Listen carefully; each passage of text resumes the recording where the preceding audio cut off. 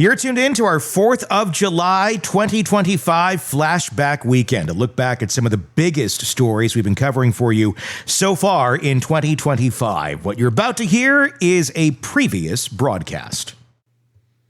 This is Hidden Killers with Tony Brueski. You're staring down a murder for hire trial. Your co-conspirator's son's already locked up for life, and your daughter's possibly one eyebrow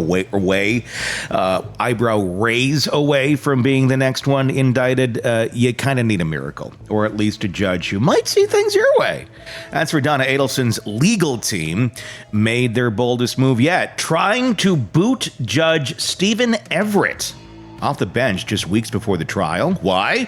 Because Judge Everett made it very clear he wasn't buying their attempts to sanitize the narrative, especially not when it comes to Wendy Adelson's fictional novel that might read more like a family diary in disguise.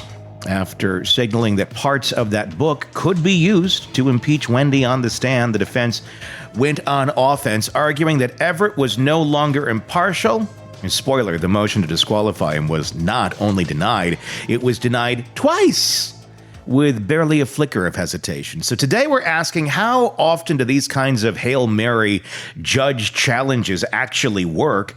What does it tell us about how the defense sees their own case unraveling before it even starts? Eric Faddis, defense attorney and former prosecutor, joining us to help answer that question. I mean, getting a judge booted from your own trial, basically because you don't like how he's ruling pre-trial, it's not an easy task. It's got to be a big mountain to go up.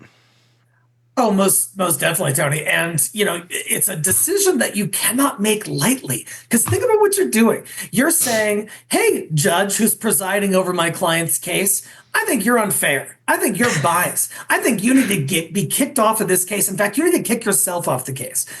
What judge is going to agree with that? It's so difficult for a judge to ever review that motion and be like, oh, I could see here. Yeah, you're right. I am unfair.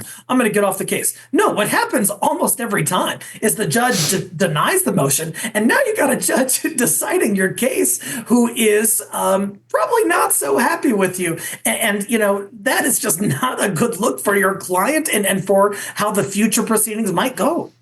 Why even attempt it in a case like this? It's not like they really had much to even go on. They didn't have, well, you should recuse yourself because it turns out you and Wendy are buddies or something that it's linked familial or friend wise or something where it's like, okay, that would make a lot of sense. Not just, oh, I don't like your rulings thus far and it shows your bias. Well, just because the evidence doesn't look good for you doesn't mean the judge is biased. So why risk that? Why risk going into the trial and already having the judge not be on your side?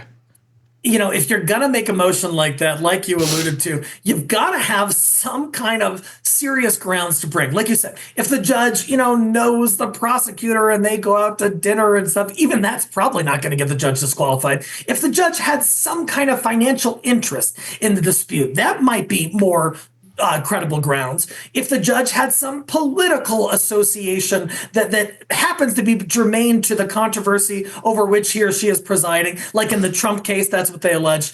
That's at least some evidence. Here, it's just kind of saying, hey, I think you did a ruling against us I didn't like, and so I see you as unfair, and I want you off the case. The judge is going to laugh at that, and then maybe not be so kind to that side going forward. What does it say about the strength of their case, the fact that they're willing to kind of make that move or risk that? It's that whole idea of the mood of this trial going in where the judge already feels like there's some shady stuff going on over here. Yeah. Yeah, I mean, in every case, there are good facts and bad facts. But this case, I didn't think that was necessary. Sometimes when you don't have anything else, gosh, you got to throw a Hail Mary and see what happens. But here, the case is largely circumstantial. There are some incriminating things in the diary and also in financial transactions. But I'm just not sure it was necessary. What did defense gain from taking this chance that in which the odds were so against them that they would even prevail? I don't know. What are your thoughts on Wendy's book? It's a book that largely nobody knew existed, and it was written well before the actual murder took place. And it talks about a single mom or became a single mom wanting to get out of this relationship, moving to do that, but has problems with a husband who doesn't want to move. I mean, it very much, it mirrors a lot of reality. There's not like a murder aspect to it, but it's more of a story of freedom, of second chances, of coming of age, whatever the hell the hire you to market that. Whatever the mini series would look like, or it would be something of that. A woman she finds herself again in the Hallmark, Hall of Fame, whatever. You have the voice down. It would be like that. What are your thoughts? How strong is this novel in terms of evidence? It's not proof of guilt, but it does kind of show, what she wanted. But I don't know that it shows anything that we already didn't know, that she wanted to move. It's clear that they wanted to move. They offered him $1 million to move, and he said no. So I don't know that it shows motive for murder. It just shows, that's what the family wanted to do.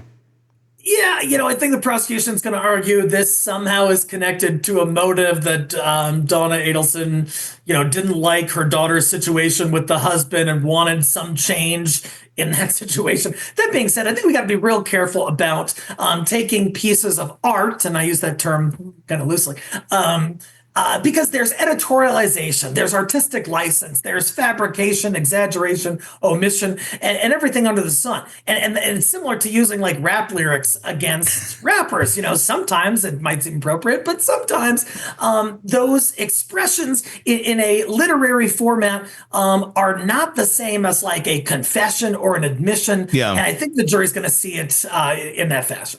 I'd like to see Donna Adelson become a rapper. I think that would be fun. I mean, I should do an AI version of that, of Donna Adelson. Maybe Bad Boy Entertainment will sign her. That's a great label. I heard they got this producer named Diddy that it's pretty popular and knows the beats, yo. So the judge has shown a pretty firm hand so far. He's allowing impeachment via the book, denied the disqualification motion, and seems unwilling to let the defense control a doorbell. Unwilling to let and it still goes even after the muting. Unwilling to let the defense control the narrative. I mean, is there a risk that firmness could be perceived as bias by jurors later on? Surely that is something that if the defense can argue that, they will. And I've seen that in many trials. And it's kind of uncomfortable, right? Because the judge is sitting up there. The judge is on the bench. And you're trying to argue, hey, this guy's not giving my client a fair shake. And it just adds to the unfairness of the charges and everything else. So absolutely, the jury's going to be looking at are things fair from a fundamental perspective? And if they see something that appears to be really one-sided coming from the bench, that could influence how a jury sees a case, certainly. I know they're also looking at possibly trying to delay this further. Obviously, maybe that could be a good move. Maybe that could be a bad move. Why delay this thing any further than it already has been? Nothing really new is going to happen. Nothing new is going to change.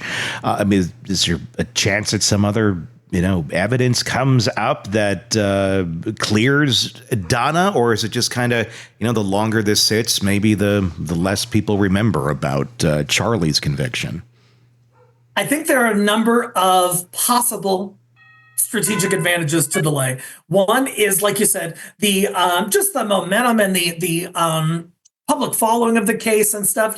As years go by, other cases come up. Karen Reed case, and that starts to grip the public, and the Adelson case becomes less prominent. Additionally, Donna Adelson is getting pretty up in age, and the older she gets, the more sympathetic of a defendant she becomes, and also the more arguments that can be made in terms of if there is a conviction and incarceration imposed.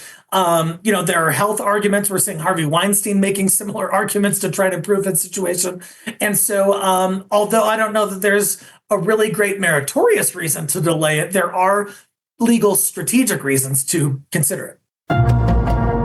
Craving non-stop true crime updates? Press subscribe now. and get the latest cases, analysis, and expert commentary delivered straight to your feed, only from the Hidden Killers podcast and True Crime Today.